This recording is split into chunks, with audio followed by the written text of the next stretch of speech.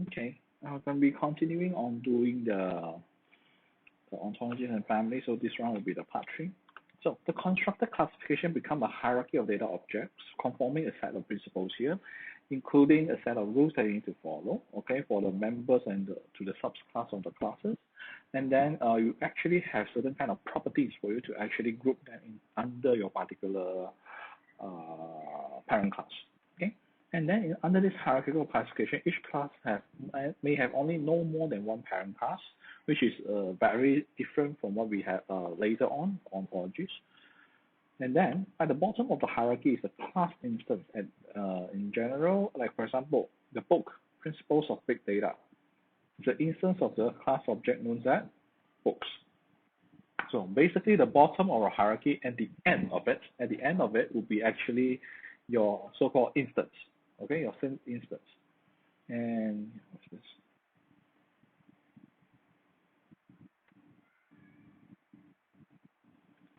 So,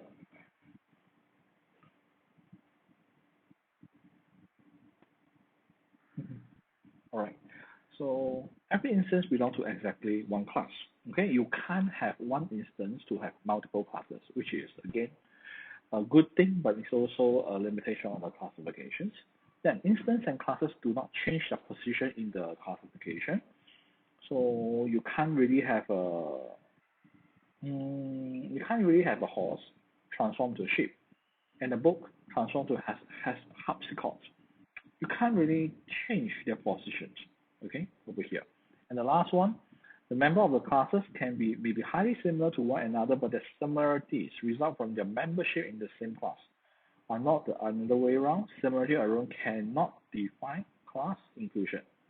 Okay, so over here, it's trying to tell you that you are grouping them using properties, and you are not going using another way around.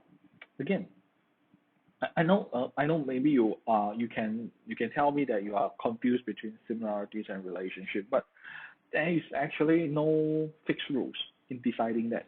Okay, and you will need to justify when we are actually having this kind of arguments or different opinions on how you're supposed to group your classifications and ontologies. And usually this is based on justification, and as long as your justification is making sense, and you can refer back to the example that I show you just now on the dolphin example, then you should be okay, right? And the taxonomy, especially the one that I'm showing you over here, is a classification with the instance filled in. Okay, so it means that each class in the taxonomy, all the known instances are explicitly listed. For taxonomy of living organisms, the instances are named species. Okay, so this over here is actually we specifically mentioned as species.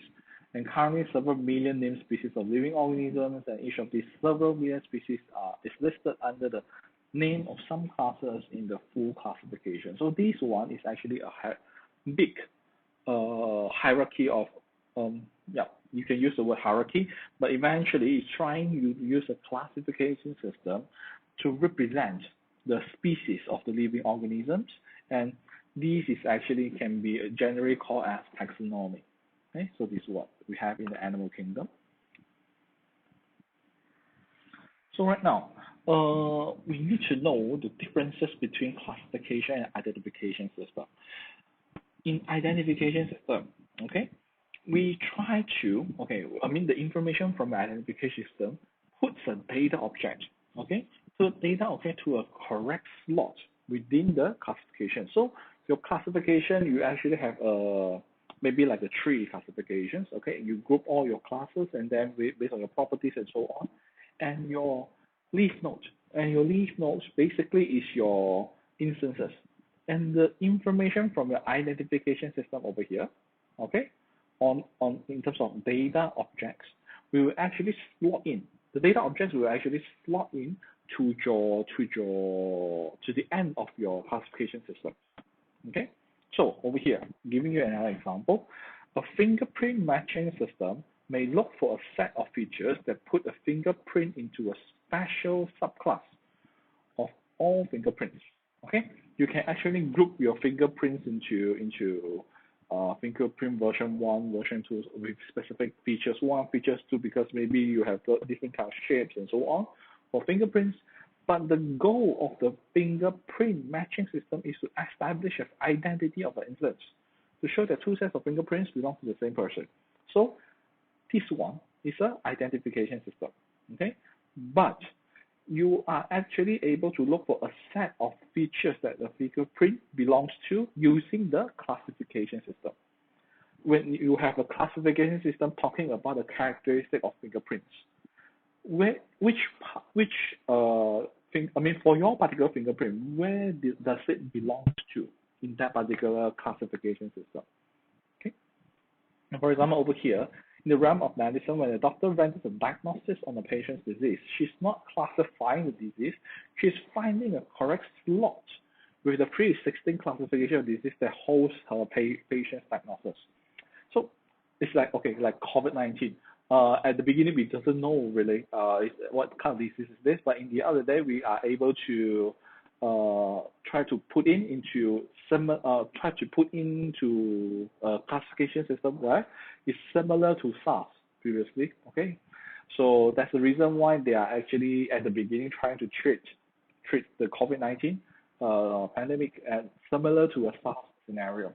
Okay, but of course there are differences, but somehow based on the classification system that we actually can design, there are similarities that in the end of the day, the SARS and COVID-19 share certain kinds of similarities in terms of relationship.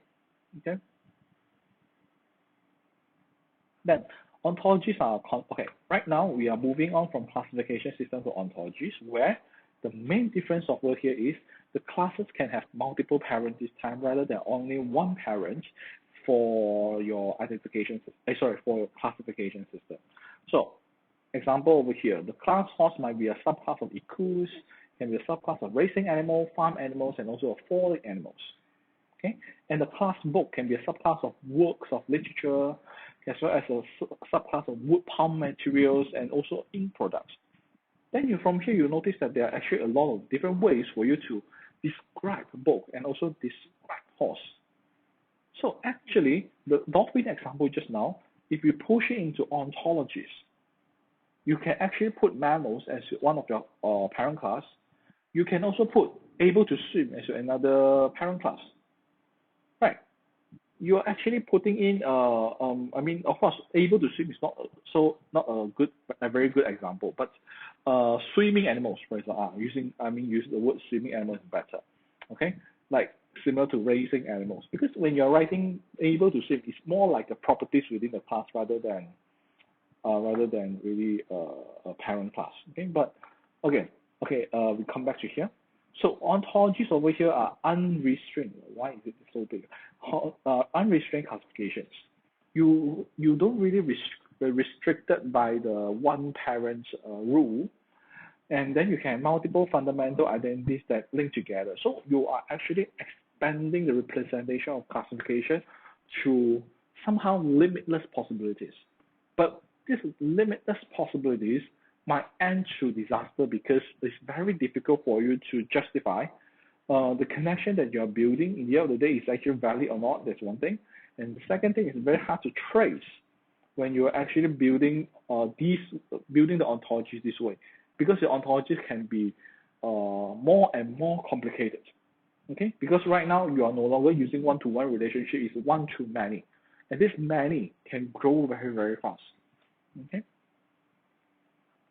Okay, data analysts sometimes prefer ontologies over classification because they permit the analyst to find relationship among class of objects that would have been impossible to find under a classification due to its flexibility. Okay, because of the one that we talking just now, classification only one parent, basically you limit the possibilities. Of course, we might argue that even though you can only have one parent class, but if you have multiple subclass, you have multiple subclasses going down, eventually, in technically, you still have multiple parents. Okay, you just have parent 1 and then parent 2, parent 3, and so on. When you go one level up and level up and level up. But still, this kind of design will still have limitations where, in the end of the day, there are things that you can't really joined, okay, later on, okay, because again, you need to try to build it, then only you know the differences or limitations between classifications and ontologies over here. Because classifications, when you introduce certain kind of rules over there, of course, the way that you're actually designing it will be much more easier. Even in terms of programming, you can use object-oriented programming, and you can design it easier. But ontologies, on the other hand, try to capture relationship as much as possible, but sacrificing the efficiency on the representation part. Okay. So in an ontology, the data object can be an instance of many different kind of classes, so the class does not define the essence of the object, as it does in classification. So it's only trying to tell you how are these instances connected. Okay, classes connected. So in these connected classes, eventually in the end, they tells you the behavior of the members of the project, which is defined by rules itself. Okay.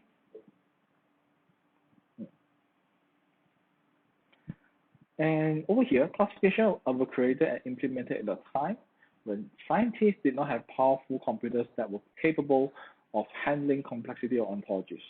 Again, back in field, maybe 10 or 20 years back, limitation of the computational power, of course, you want to design a way for the computer to be able to handle. So that's why classification comes in, okay, with those rules.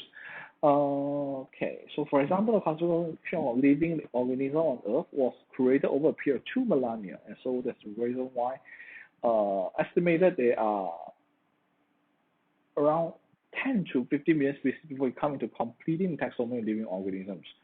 So prior generation of scientists will cope with a simple classification, but when time goes by, okay, it's very hard for you to group them into a single superclass. So that's why complex ontologies, okay, can be helpful in helping you in capturing all the information, but limitation of the computational power will be in here basically limits you on handling these complexities or ontologies.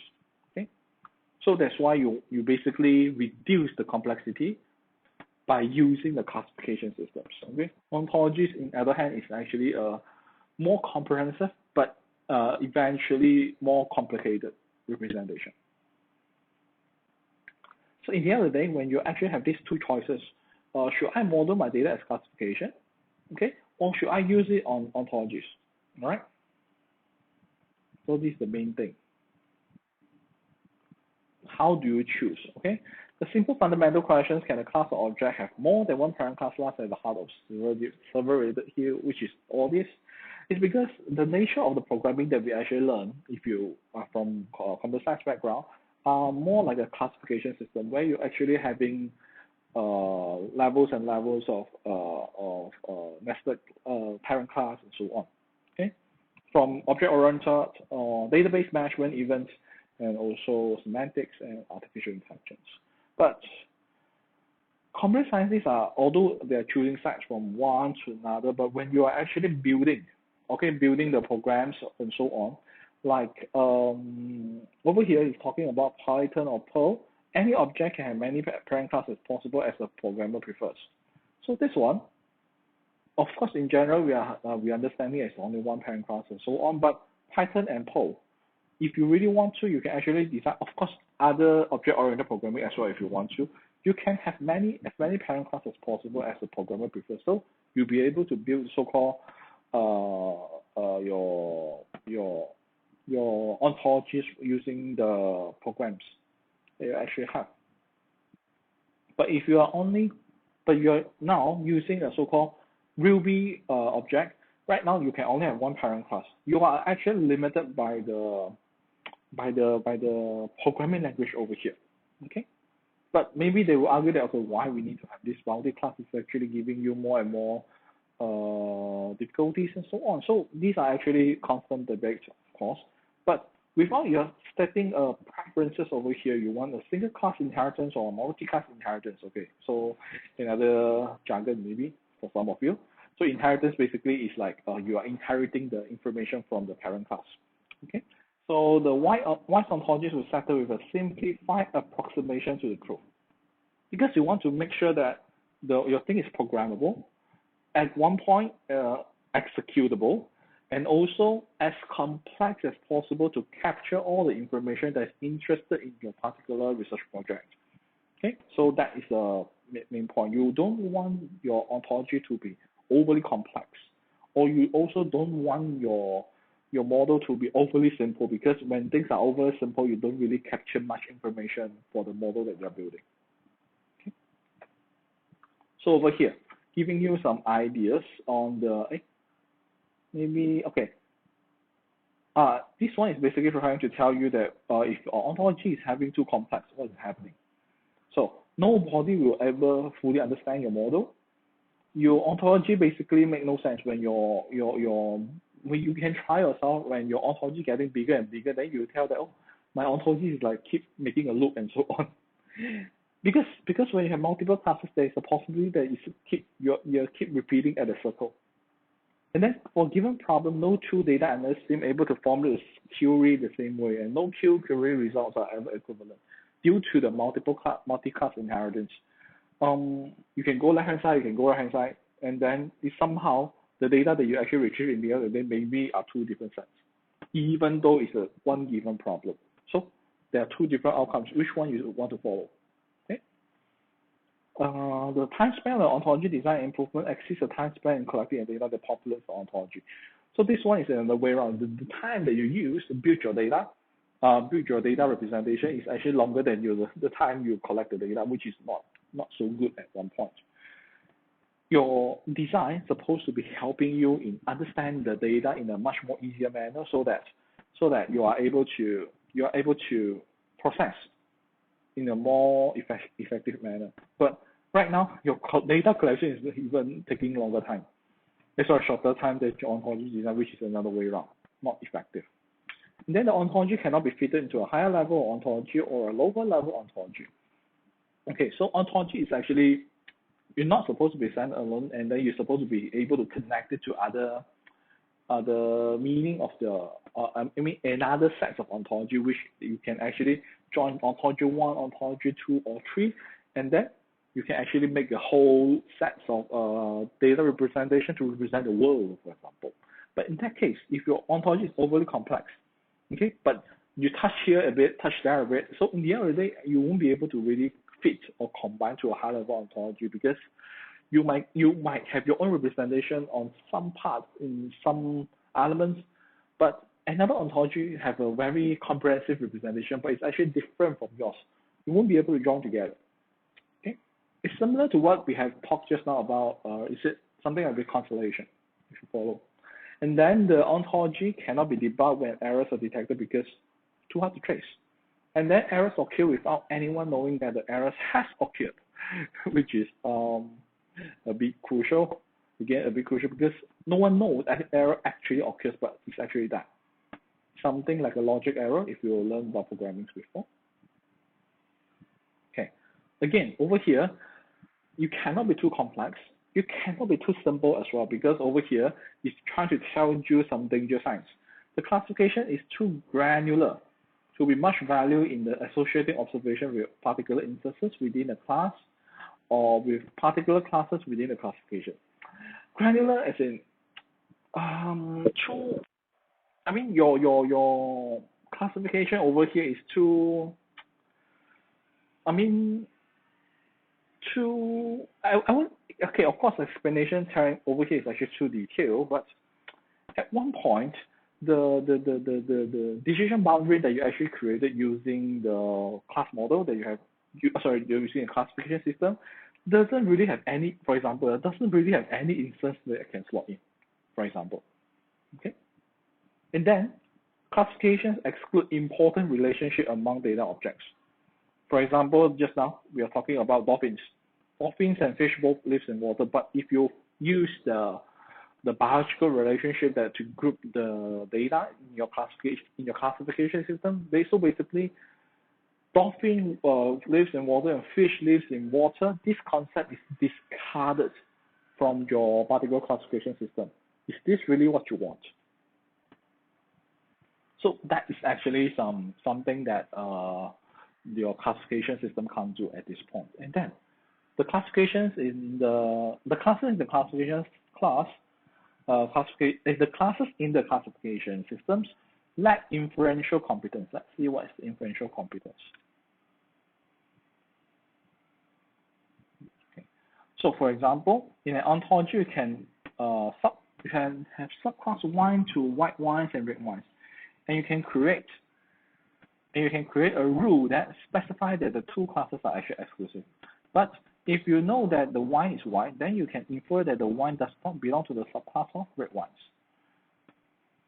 Classifications are built by understanding the essential features and objects that make it what it is. They are not generally built on rules that might serve the interests of the data analyst and computer programmer. So unless a determined effort is being made to build a rule-based classification, the ability to draw inference from observation will be sharply limited. So of course, this one is a very wording-based of explanation. Okay, but for me over here is trying to tell you that when you actually have this kind of classes like wines, and then you put it into white wines and red wines, do you really want to split them based on red and white? Okay, although you know that maybe splitting is actually giving you certain kind of information from here, but is it should be your rules to split, or is it supposed to be like in properties within your particular class, like wine, and then you actually have properties inside red and white? Or you suppose in your particular model, you actually have to split red wine, white wine, and then your wine is your main class. It really depends on how you want to design. But over here, the main thing over here is talking about inferential competence. That's actually one point.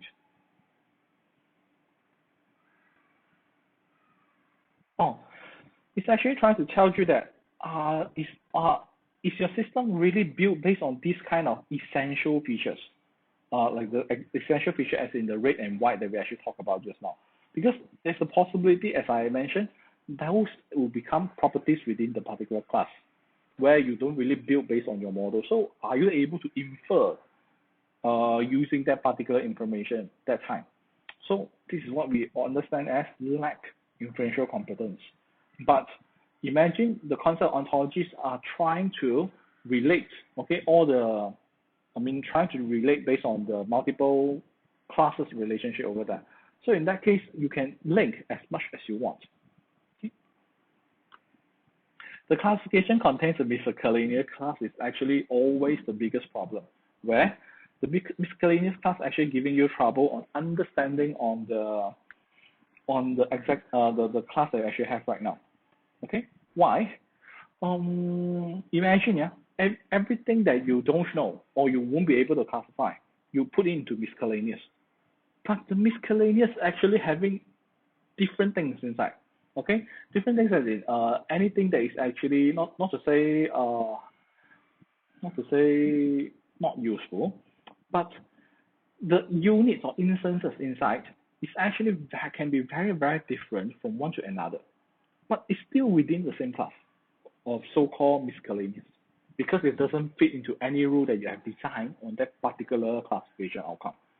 So the miscellaneous class can actually be your fundamental reason on your system is actually not working well.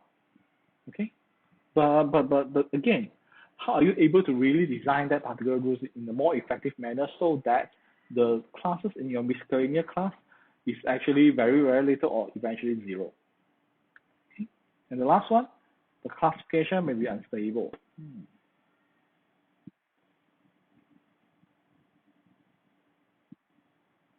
Okay.